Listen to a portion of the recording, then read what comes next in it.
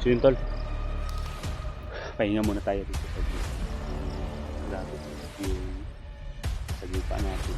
So muntik na po tayo. Pero sa awa ng Diyos ay nakapagpalitan tayo ng puto. Paglaban tayo ng maayos. So nag-isip din ang ating abo. Sayang ng tol, may narinig na akong nabusis. Hindi ko lang may confirm o may sigurado, pero may narinig akong busis tol na parang busis ni Mikoy, pero hindi natin ma-sure ba. Posible patibong yon kasi pagpasok ko ay yung tinambangan ko yung isa, so bigla tayong pinaputukan. Buti na lang ay nakailag tayo, so hindi tayo natamaan. Di bali tol, naubos pa natin yung kalaban.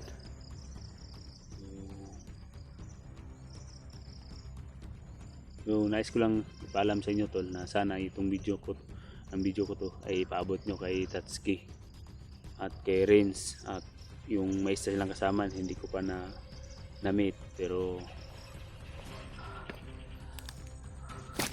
magamit din kami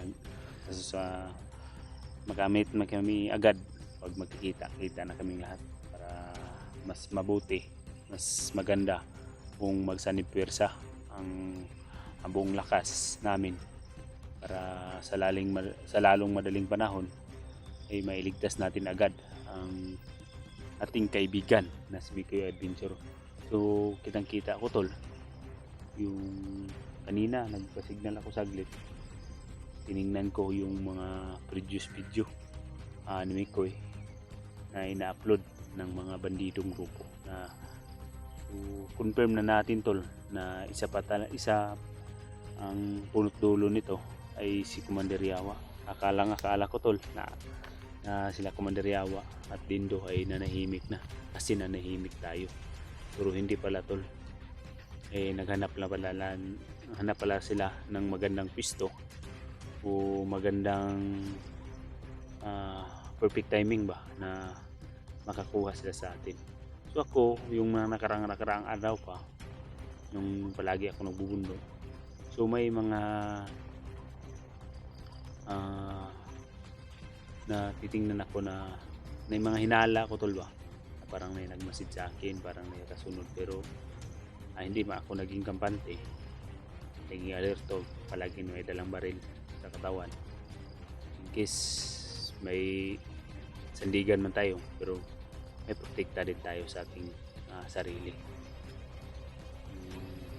Lalo na tol, yung isisingit ko, may nahuli kaming mga kahoy doon sa taas ng bundok. So mga may-ari daw doon yung mga armadong grupo, so nabawi namin dahil illegal. So kasama ko yung mga sandatahang lapkas, yung mga army, so kasama ko sila, so nakumpiskit at nabawi namin. So may nahuli din kaming tao, pero hindi na pinakita sa video. So kumbaga tol, private. Siguro isa din sa naisip ko na gumanti sila sa nangyari sa kanila. So si Mikoy ang napupunta riyan nila tol, kaya kailangan natin tol na mailigtas sa lalong madaling panahon.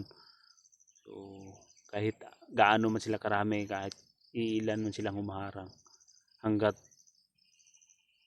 kaya ka tol, bubutasin ko talaga ang lahat ng kamarang sa daanan, mailigtas at maibawi lang natin si Mikoy.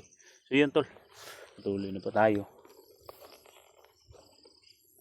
So may bahay dyan, dyan ako galing, so paiko tayo.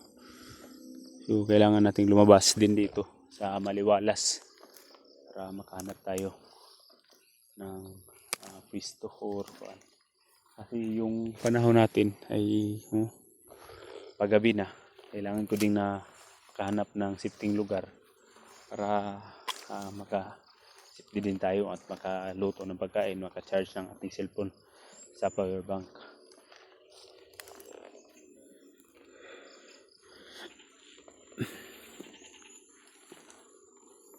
Siguro marami siguro isda dyan tulo.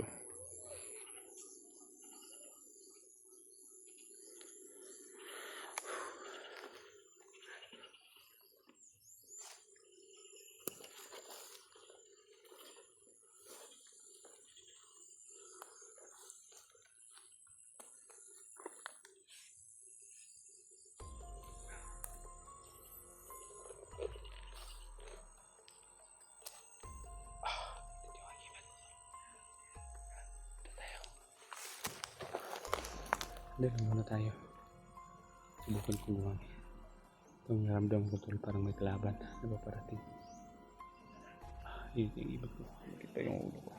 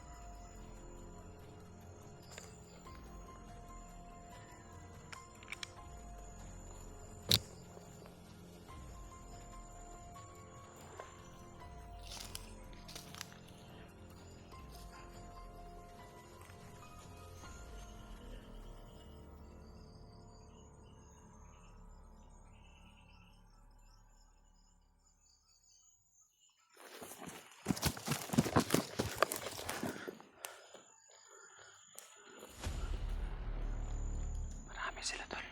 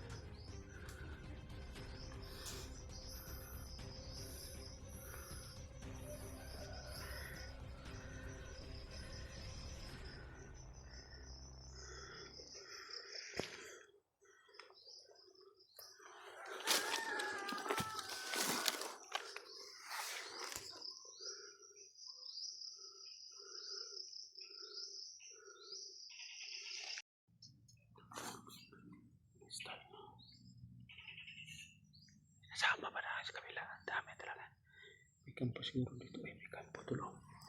Sa kabila. Ito natin. May siin sa kabila. May kampo siguro.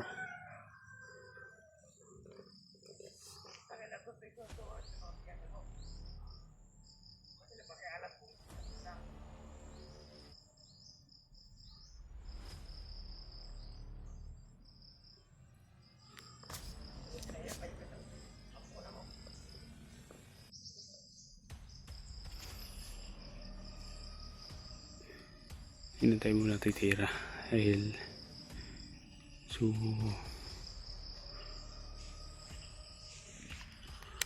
ibali tol kung titira tayo baka matulog nila tayo sobrang thank you sobrang linis po yung paligid may mga patibong na naman yan patay tayo kung lulusugin natin din yung kalinis ng sitwasyon. Hanap tayo ng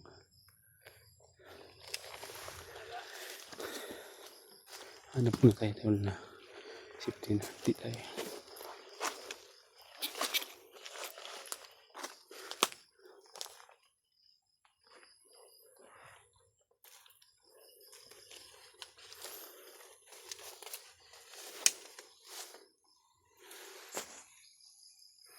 Hirapan tayo makapasok agad dyan. Ang dami talaga nakaharang.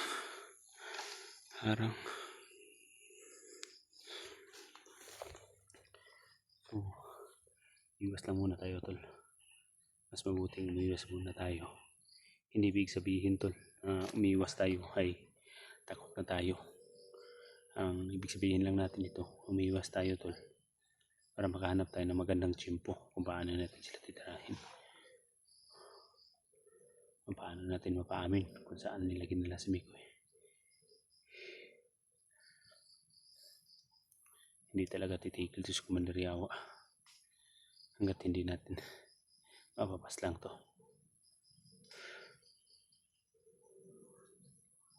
Tapos kabila dadaan tol.